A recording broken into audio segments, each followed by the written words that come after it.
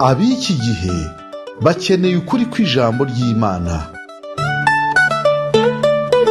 Kurikira YouTube channel yacu umenye ukuri kwa Korani, Suna na Bibiliya. Erega kutamenya birica. Kurikira ibiganiro byacu, kanda like, ukore subscribe ndetse ukore share kugira ngo ubisangize abandi. Nongeye kubaha ikaze mu kiganiro cy'uyu munsi, aho bushize twaganiriye ku bigaragaza uburyo Muhamadi abisilamu bakunda kuvuga ko ari we ntumwa ivugwa mu Gutegeka kwa kabiri igice cya 18 umurongo wa 18, ariko nk'uko twabibonye tugiye gusoma twaje kubona amagambo arimo avuga ku buryo umuhanuzi uzatinyuka kuvuga mu izina ry'Uwiteka icyo yavuze ntikibe.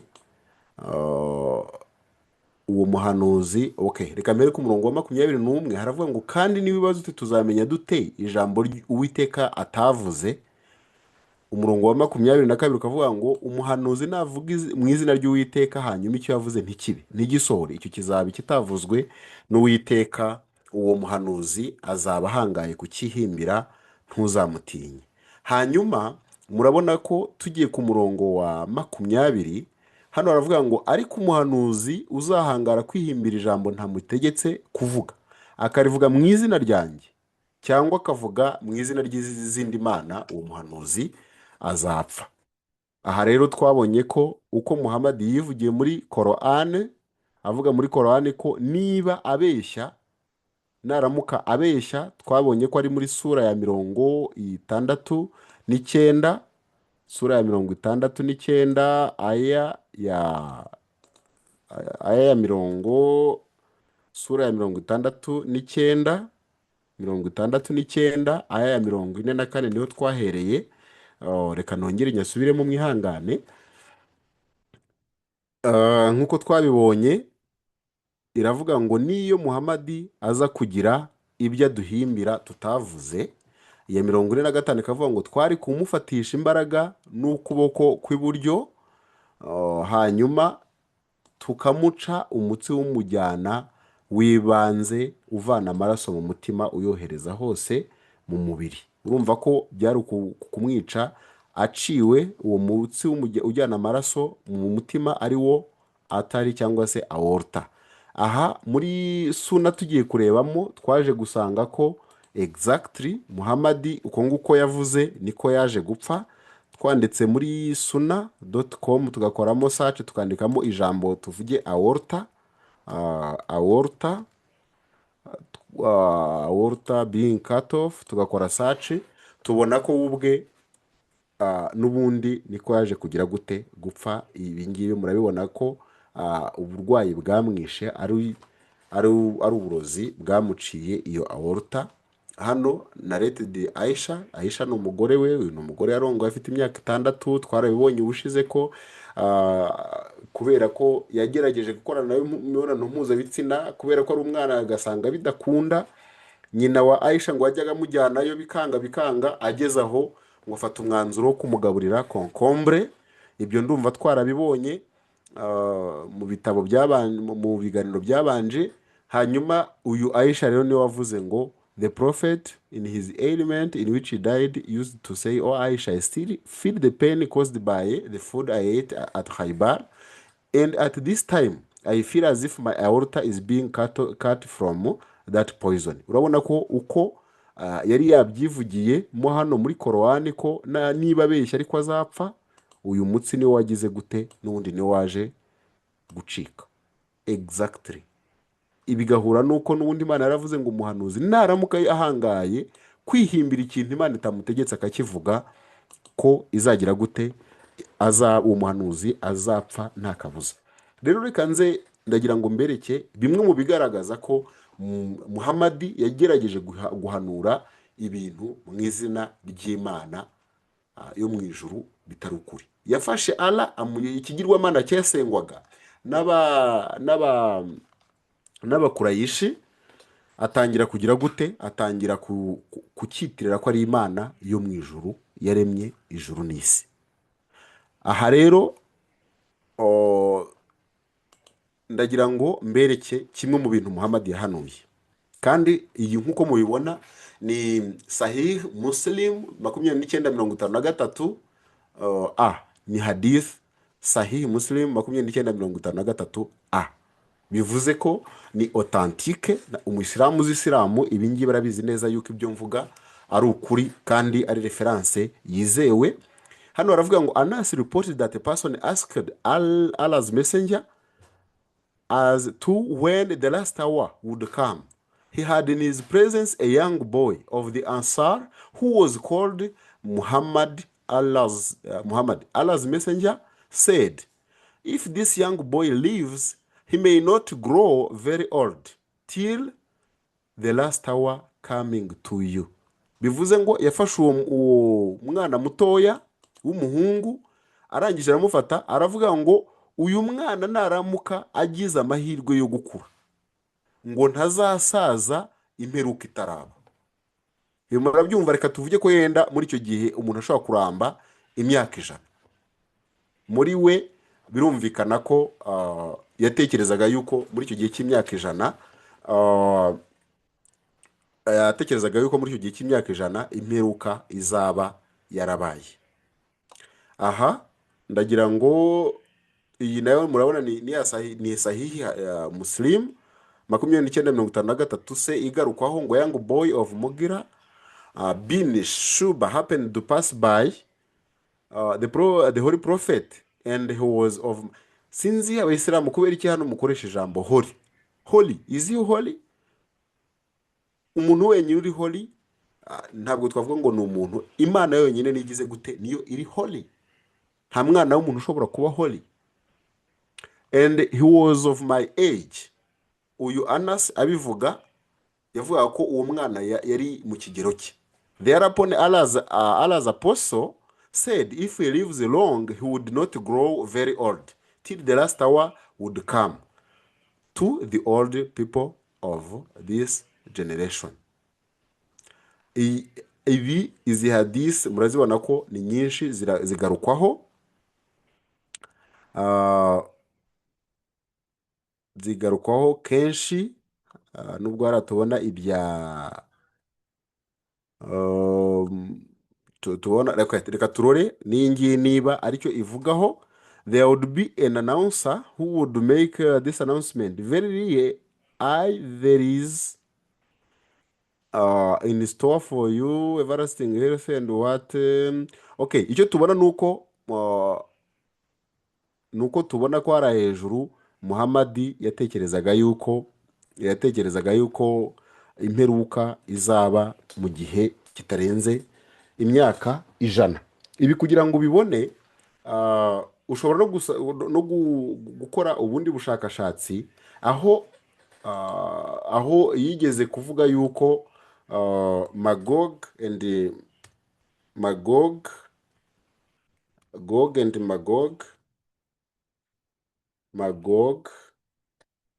ndibwira ko aya magambo aboneka muri Daniyeli, amazina yombi.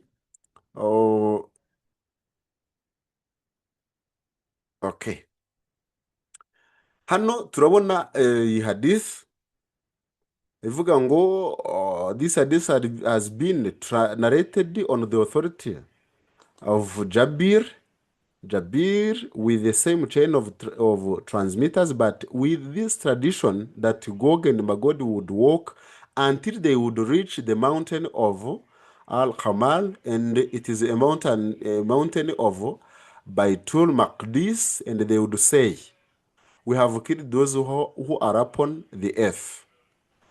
Let us now kill those who are in the sky, and they would throw the arrows towards the sky, and the arrows would return to them, besmeared with blood. And in the narration of Ibn Hudr, I have sent such persons, Gog and Magog, that none would dare fight against them. Okay, noneho rero reka mbereke ko Muhamadi yaravuze ngo Allah has made an opening in the wall of the Gog and Magog like this, and he made with his hand with the help of his fingers. Aha hari urukuta ruvugwa ko ari urwa Gog and Magog. Ushobora kwibaza ngo ni uruhe? Gog and Magog. Gog and Magog, reka tubishake muri Korani. Iyi ni amagambo uyu Gog and Magog bavugwaho ku ngingo y'umuhanuzi ngo witwa Dhul-Qarnayn utazwi. Ngira ngo Isilamu ntibashobora kukubwira uwo muhanuzi ninde, yabayeho ryari, yari umuhanuzi wa hehe, yahanuriye bande. Murabona ni sura ya 18 aya ya 94. They said, "O Dhul-Qarnayn, behold, Gog and Magog are doing corruption in the earth. So shall we assign to thee a tribute against thy setting up a barrier between us and between them?" Aha rero niho urukuta ngo rwubatswe, ngo ni damu yubatswe kugira ngo ikingirize aba ba Gog and Magog. Hanyuma ngo baje kwamburwa ububasha. Noneho murabona yuko and on that day ibi bashyiramo hano, ibi bashyizemo mu dukubo ntabwo ari uko muri Korani y'icyongereza bigize gute birimo.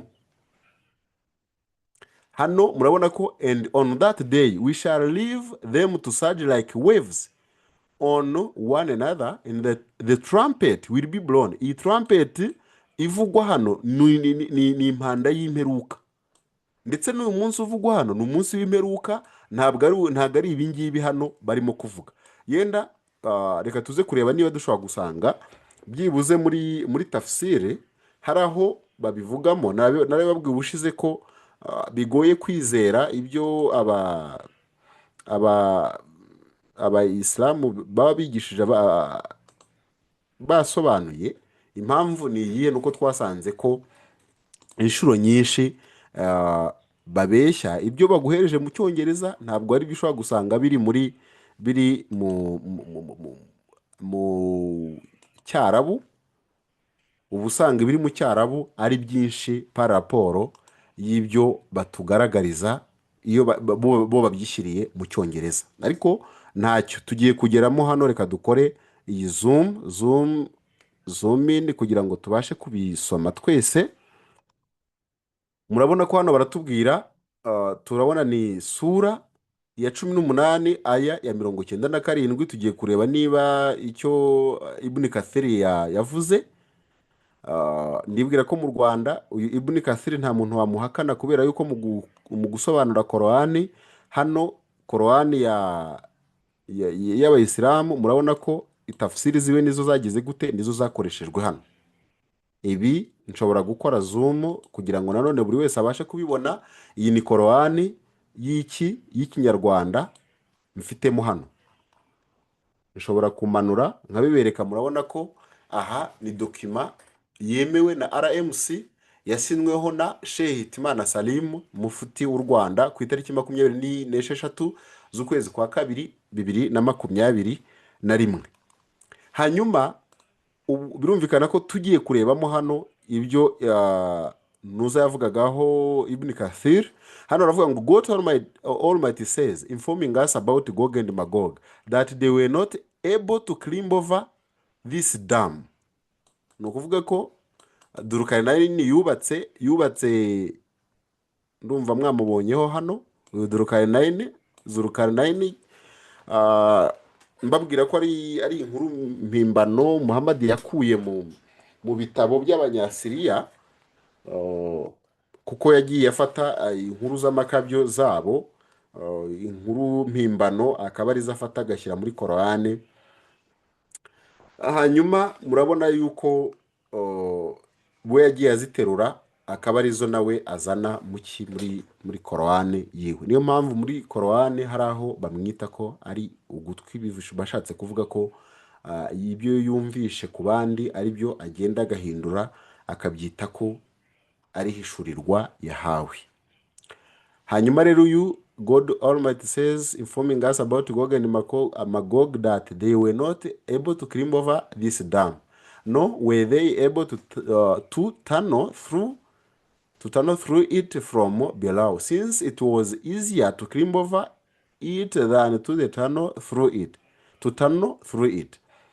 He responded to each one with what was appropriate for it, saying, but they were not able to climb over it, nor were they able to tunnel through it. This is evidence that they were not able to tunnel through it, nor anything in it. As for the hadith narrated by Imam Ahmad, Ruh told us, Said bin Abi Aruba told us on the authority of Qatada, Abu Rafi told us on the authority of Abu Huraira, on the authority of the Messenger of Allah, may Allah bless him and grant him peace, who said, Gog and Magog will dig the dam.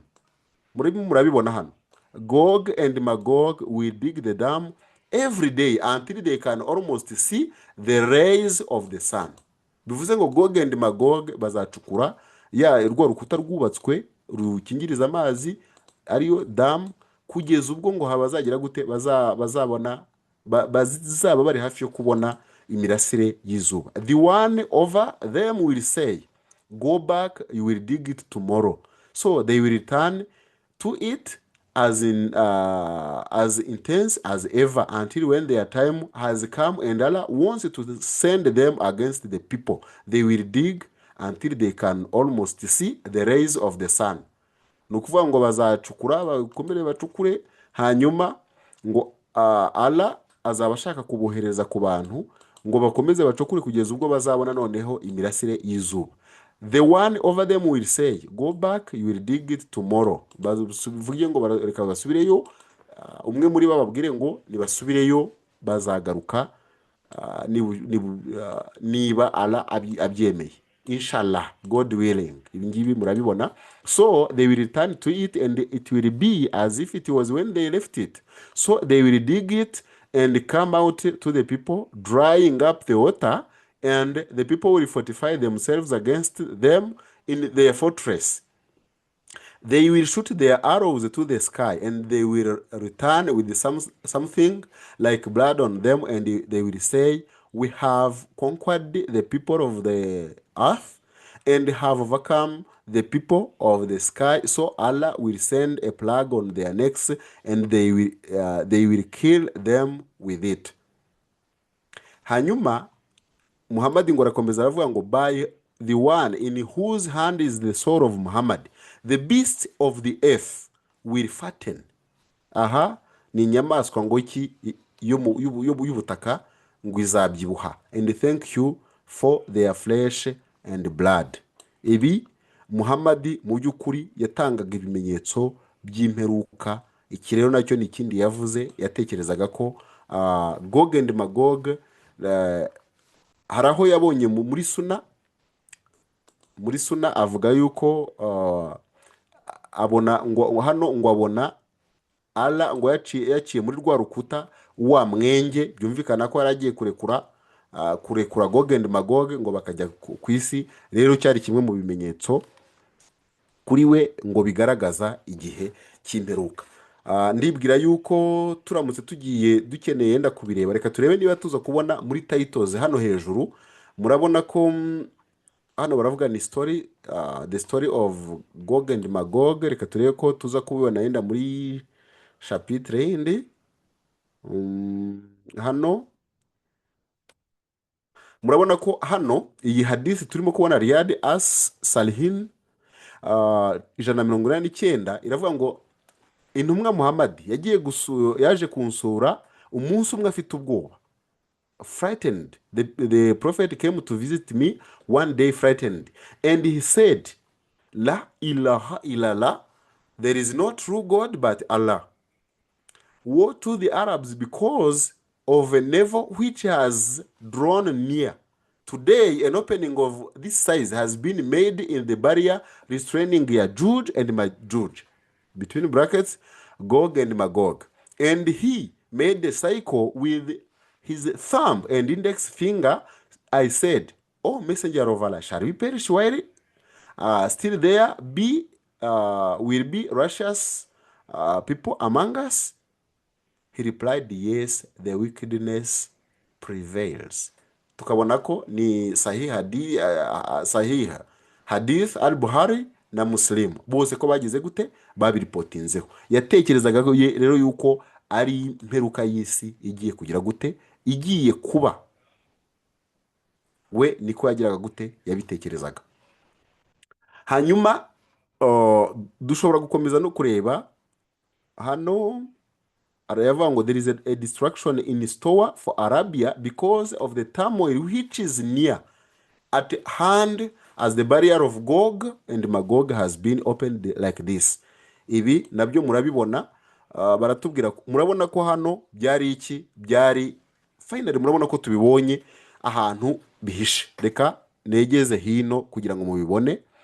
Murabona ko kuri Muhamadi ahangaha yavuze ko the book ni hano turi muri gitabo cy'ibigeragezo n'ibimenyetso by'isaha ya nyuma cyangwa by'umunsi w'imperuka. Muri chapter the approach of the tribulations and the opening of the barrier of Yajuj and Majuj. Rero Muhamadi kuri we yatekerezaga ko imperuka izabaho mu gihe kitarenze imyaka 100. Ibi nibyo yavuze ngo nta yindi mana iriho nguretse ngo Allah. Hanyuma aravuga ngo there is a destruction, hari ukurimbuka gutegereje Arabia ngo kubera akaga kari hafi at the hand, as the barrier of Gog and Magog has been opened. Ahita avuga ko ngo nukubera ko urwo rukuta rwa Gog and Magog rwafungutse. And he made a ring with the help of his thumb and forefinger. I said, oh Allah's messenger, would we be destroyed despite the fact that there would be pious people among us? He said, yes, whenever would be predominant. Murabona ko rero ko hano Muhamadi yari yavuze yuko imperuka izaba, nyamara hashize imyaka irenga 1000 n'indi imperuka itaraba. Ngibi aha nanone ni Sahih al Buhari, iyo hejuru twarebagaho ni Muslim 2880, al Buhari ni 71 hanyuma nanone tugarutse mo hano turaza kubona baraduhereza Gog and Magog, baratubwira iki reka tuze kureba niba na hano nanone bavuga. Okay, ngibi hano murabona ko aha naho baratwereka events of the day of resurrection and the beginning of creation. Hano baratubwira iki, assembling. Said al-Khudri reported the prophet as saying that God Most High will call Adam and he will reply, at thy service and at thy pleasure, in whose hands is all good. God will tell him to bring out those who are to go to hell, and when he asks what this consists of, he will be told that it is 999 out of every 1,000. Bivuze ko 99% by'abantu bazajya hehe, bazajya mu muriro utazima, bazajya muri Jahannam, bazajya muri Gehinomu. Kuri Muhamadi niko yavuze ko 99% bazarimbuka. Hanyuma then young children will become gray haired, pregnant women will give birth, abatwite ngo bazabyara. Ibi murabizi ko hari amagambo Yesu yavuzeho, na amagambo Muhamadi yagenda agaterura mu bindi bitabo, ariko kubera ko atarabisobanukiwe agapfa kubivuga uko abonye. And mankind will appear drunk, although they will not be really so, but God's punishment is severe. On being asked which of them that one would be, God's messenger replied, be of good cheer, so for there is one of you to every 1,000 of Gog and Magog. He then said, by him in whose hand my soul is, I hope you may be a quarter of the inhabitants of paradise. Hano murabona ko yavuze ko ku bayisilamu nyine bazaba ari kimwe cya kane cyabo cy'abari mu ijuru. Okay? When they cried, God is most great. Allahu Akbar. He said, I hope you may be a third of the inhabitants of paradise. Murabona hano arangije kubabwira ko yabonye ko abayisilamu bazaba ari kimwe cya kane, ariko ngo bavuze ngo Allahu Akbar, ahita avuga ngo ndatekereza yuko muzahita muba kimwe cya gatatu, yongera umubare wabo. Ufite Muhamadi ni urimo kugena abazagira gute, abisilamu bazaba ngo bari mu ijuru. Noneho ngo barongera bavuga ngo God is great cyangwa Allahu Akbar. Noneho ngo baravuga I hope you may be half of the inhabitants of paradise. Uko bavuga Allahu Akbar niko agenda agira gute abivuga. Ngo barongera bagira gute? Nanone baravuga ngo Allahu Akbar, hanyuma ngo aravuga among mankind you are just like a black hair in the skin of a white bull, or like a white hair in the skin of a black bull. Inshuti wowe uduteze amatwi, ntubona ko ubu ngubu rwose iba ari ibimenyetso bifatika bigaragaza ko Muhamadi ari umuhanuzi w'ibinyoma? Aha naho murabibona ko yavuze ko uwo munsi kuri uwo munsi ntuzayagize gute ya Juge, uru rukuta rwa Juge and Majuge aribyo Gog and Magog. Nanone mubona ko biri mu gitabo Tribulations and the Portents of the Hour. Kugeragezwa n'iki n'ibimenyetso by'umunsi w'imperuka. The approach of the tribulation and the opening of the barrier of Yajuj and Majuj. Ngibi aravuga ngo today the war of Gog and Magog has been opened so much, and Ohib, in order to explain it, made the figure of 90 with the help of his finger. Avuga ko nyine ubwo mu ijuru hazaba harimo 99 nako ngo bazagira gute, bazajya hasi. Hari aho twabibonye ni Sahih Muslim 28:81. Ibi murabona ko bigarukwaho cyane. Aha naho murabona n'ahandi nanone bigarukaho.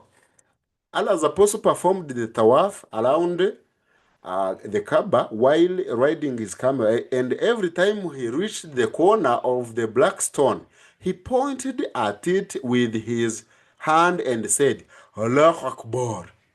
Zainab said, the prophet said, an opening has been made in the wall of Gog and Magog, like this and this, forming the thumb 90 with his thumb and index finger. Iyi ni Sahih al-Buhari 52:93. Ndagira ngo mbabwire ko iyo bavuga Allahu Akbar nyine baba bavuga Imana iba muri Kaaba y'ubwayo, the Lord of Kaaba. Hanyuma ndagira ngo mbabwire ko izi hadisi zose mubona murazibona yuko Muhamadi yatekerezaga ko isi igiye kurangira ndetse mu gihe cye, ariko yagiye hindura imyumvire yiwe kuko yabonaga ko ari iki, ari umubeshyi. Imana yaravuze ngo uzahangara kugira ubuhanuzi avuga mu izina ryayo ayibeshyera, cyangwa akabivuga mu izina ry'ikigirwamana, uwo muhanuzi ngo azagira gute, azapfa. Exactly Muhamadi yishwe n'uburozi yahawe nyuma yuko arozwe n'umugore w'umuyahudikazi ubwo yari amajije kurwana ahitwa Khaybar, akica abayahudi benshi cyane.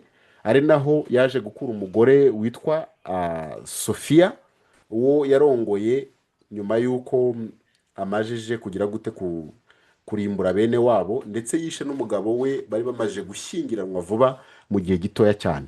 Hanyuma ubundi buhanuzi bwa gatatu bugaragaza ko Muhamadi ari umuhanuzi w'ibinyoma, nuko hano yaravuze ngo on the day the prophet appeared, byavuzwe na Abu Huraira.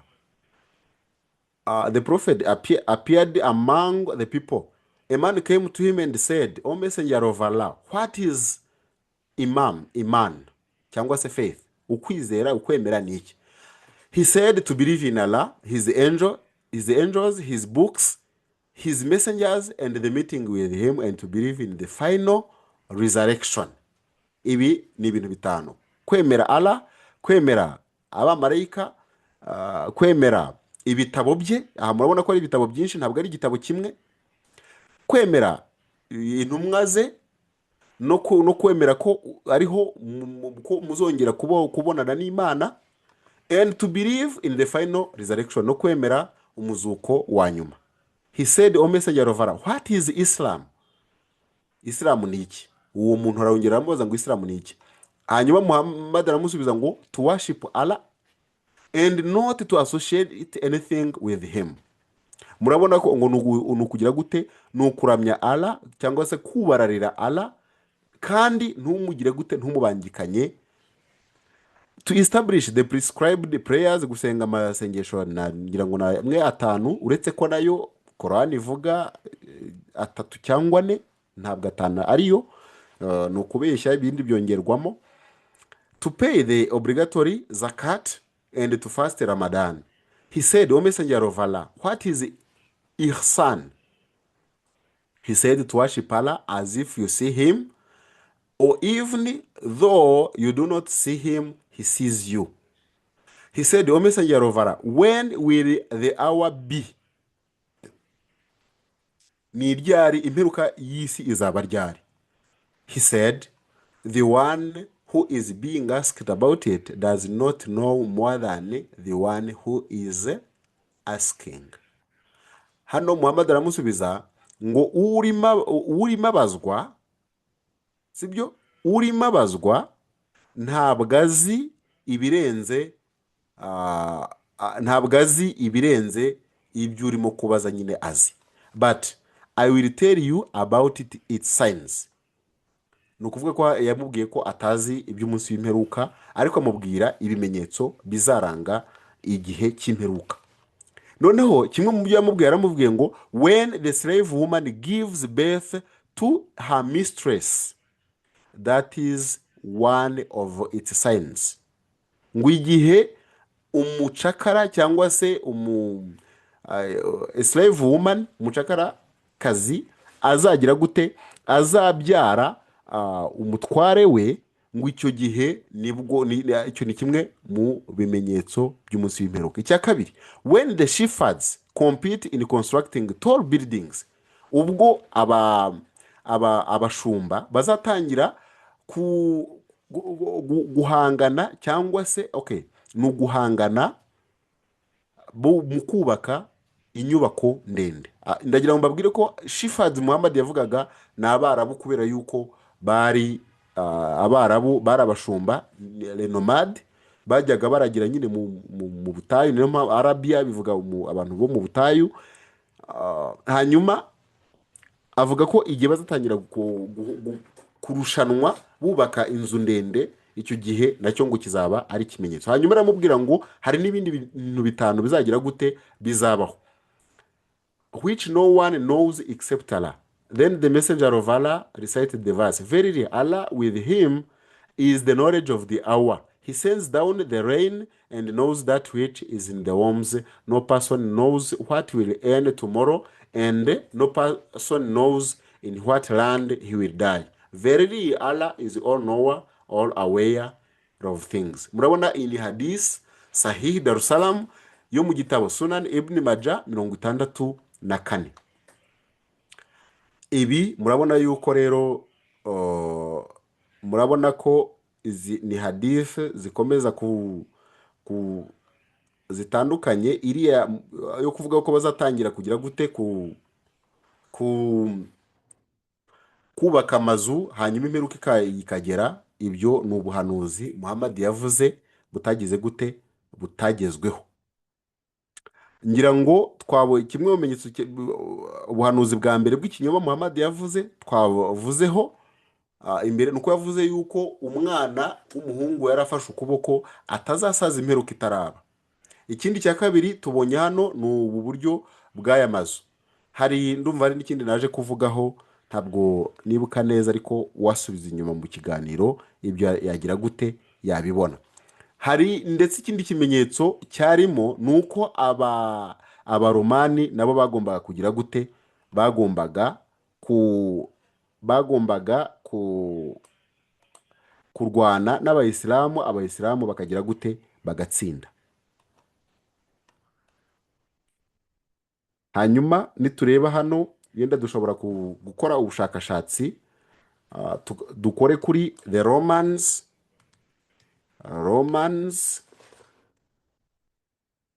ahandi dushobora gukora research nanone ni amagambo avuga kuri katuze kureba reka tuze kureba the Romans,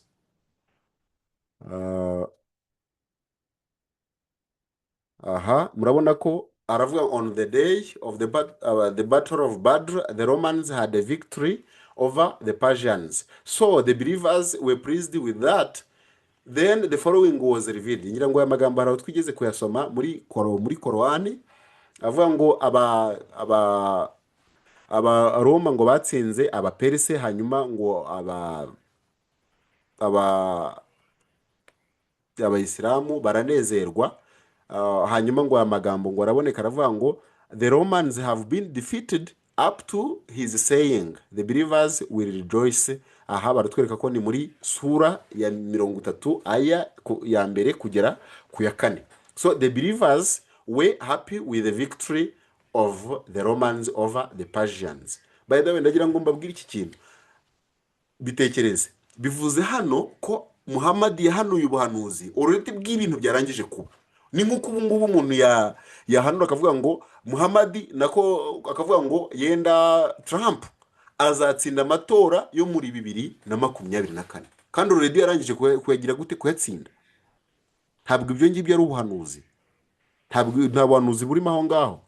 Ndagira ngo mbabwire ko iki ngiki umuntu ashobora kuvuga ngo iyi ni Hasani hadith, ashobora kuvuga ngo ngo yenda hari ikindi byabaga bishatse kuvuga, ariko muraza kubona noneho n'ubundi ko hari ahantu inyuma nanone bagira gute, bavuga ko abaperse nanone baje gutsinda, aribo bari babanje gutsinda, ugahita ubona ko nanone bigize gute bivuguruzanya. On the day of Badr, the Romans had a victory over the Persians, the believers were pleased. Ngibyo bavuga ko ari amagambo yo yagize gute yahishuwe. Noneho muze kureba hano ibyo navugaga, murahita mubona ko hano ari contradiction n'ibyo twari tumaje kureba hejuru.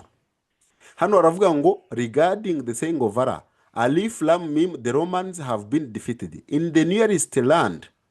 He said, Kulibat wa Galabat, defeated and then victorious. Bivuze ko bagomba kubanza bakaba defeated hanyuma bakagira gute bagatsinda. He said the idolaters wanted the Persians to be victorious over the Romans because they too were people who worshipped idols, while the Muslims wanted the Romans to be victorious over the Persians because they were people of the book. Ngira ngo tureba muri Korani y'Ikinyarwanda twabonye ko ngo ikintu cyari cyanejeje cyatumaga bari abantu babishaka ni ukubera yuko ngo ari abanaswara, abaromani ari abanaswara. Ngira ijambo hano turaribona. Hanyuma turimo kureba mo hano, murabona yuko hano twari tugeze aha, who worshipped idols because they were people of the book. This was mentioned to Abu Bakr. So Abu Bakr mentioned that to the messenger of Allah, and he said they will certainly prevail. Abu Bakr mentioned that to them, and they said, make a wager between us and you. If you win, we shall get this and that, and if you win, you shall get this or that. He made the term 5 years, but they Romans were not victorious. Aha urumva ko yari yavuze ko bazatsinda mu gihe cy'imyaka ingahe 5. They mentioned that to the prophet, and he said, why did you not make it less than? One of the narrators said, I think he said 10. Nanone aha arisubiye ngo ashobora kuba yaravuze imyaka 10. Ngira ngo nidusoma mo handi tuzabona ko bavuga ko ngo yavuze hagati y'imyaka 3 n'imyaka 13. Uku niko abigisha abasilamu bagenda bahindura. Hanyuma murabona ko hano bavuga ngo he said afterwards the Romans have been victorious. He said that is what Allah the Most High said. Alif Lam Mim, the Romans have. Murabona ko ibingibi abigarukaho kandi already byari byarangije kuba, byari ubuhanuzi bwavugaga ibintu byarangije kugira gute kubaho. Noneho rero muze kureba ahangaha, murabona ko kimwe mu bimenyetso by'imperuka ni uko abarabu bagombaga kurwana n'iki, n'abaromani bagatsinda. Hanyuma murabona hano, it was narrated from Jabir bin Samura that Nafi bin Utba bin Abu Waqas narrated that the prophet said, you will fight the Arabian Peninsula and victory will be granted by Allah. Then you will fight the Romans and victory will be granted. Then you will fight Dajjal and victory will be granted by Allah. Jabir said, Dajjal will not appear until you have fought the Romans. Ni sahihi Darusalamu muri Sunani Ibn Majah 4091. Aha murabona abayisilamu murabizi neza yuko uyu Dajjal uvugwa ni Antichristo. The Dajjal is the Antichrist. Antichrist uzaza mu bihe by'imperuka, bivuze ngo intambara nayo yagombaga kuba nayo cyari ikimenyetso cy'ibihe by'imperuka ku bayisilamu. Ibihe by'imperuka ari nayo mpamvu bakoresha iri jambo rya tribulation, cyangwa se ibihe byo twavuga ko ari ibihe byo kugeragezwa. Sorry, nkoreho zoom gatoya, murabona ko hano ni muri the book of tribulation. Dushobora kugaruka no hasi mo hano, babigarukamo hariya, will be defeated, then Muslims rebuked Abu Bakr for agreeing to 6 years. He said in videos at time many people became Muslims. Okay, ibiro byari ubuhanuzi byagiye bivugwa bitandukanye. Ndagira ngo tuze kureba mo hano, man from among the people of the cross will raise the cross and will say the cross has prevailed. Then a man among Muslims will be angry and will go back and break the cross. Then the Romans will provoke treacherous breaking the treaty. Ibi ni by'amasezerano bari baragiranye yo kutarwana, ariko Muhamadi aza kuyarengaho akoresheje bwa buryo bwitwa takia. Ibyo nabyo ni bisanzwe, we were in a Roman city for ibyo ndibwira. Hano murabona ko noneho cya kimenyetso mu byari byaravuzwe bizabaho, hano tuje kubona noneho prophetic commentary on the Quran, tafsirs of the prophet. Ni ukuvuga noneho ibintu bisobanuro byatanzwe na Muhamadi ubwe. Hano, then wait you for the day when the sky will bring forth a visible smoke. Iyi visible smoke ni ikimenyetso cyo kugira gute, cyo kurimbuka. Hanyuma Abdullah yavuze ko 5 things have passed. Bivuze ko mu bimwe mu buhanuzi butanu Muhammad yari yahanuye bwagize gute, bwagezweho. The smoke, the defeat of the Romans, the splitting of the moon. Iyi splitting of the moon tugiye muri Korani, aba Islamu benshi bavuga yuko ngo ari cyo gitangaza Muhammad yakoze, nyamara ntibamenye neza yuko the moon has split. Ntibamenye neza yuko kubivuga by'ubwabyo cyari ikimenyetso kivuga yuko gusaduka kw'izuba cyari ikimenyetso cy'uko ari ikimenyetso cy'uko isaha y'imperuka igeze. Murabibona ni muri sura ya 54 aya ya mbere.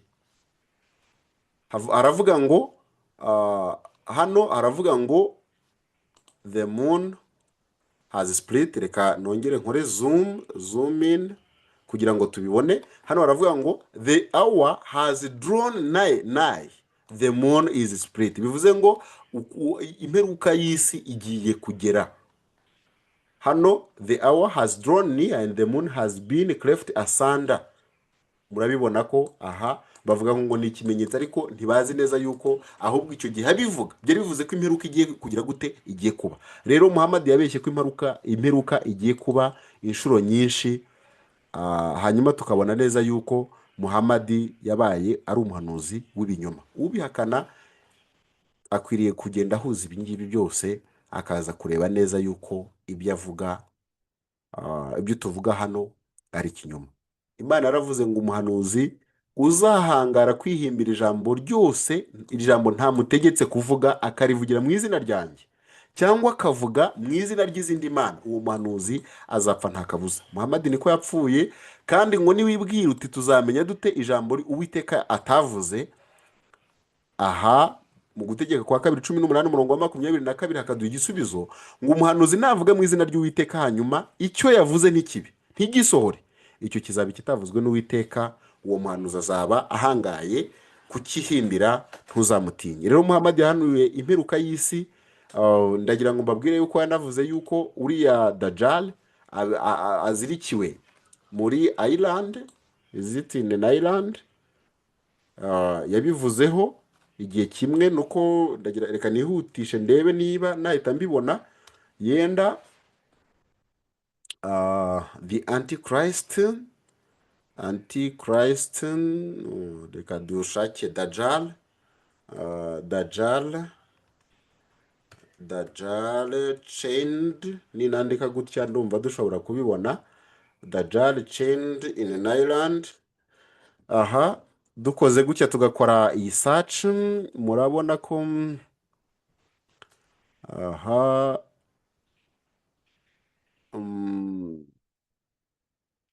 hano murabona ko Damim Dari came to Allah's messenger and informed Allah's messenger that he sailed in an ocean and his ship lost direction and thus landed at an island.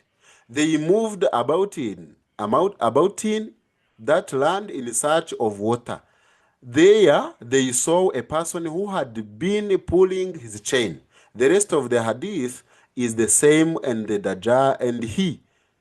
Dajjal said, if I were to be permitted to set out, I would have covered all the lands except Taiba.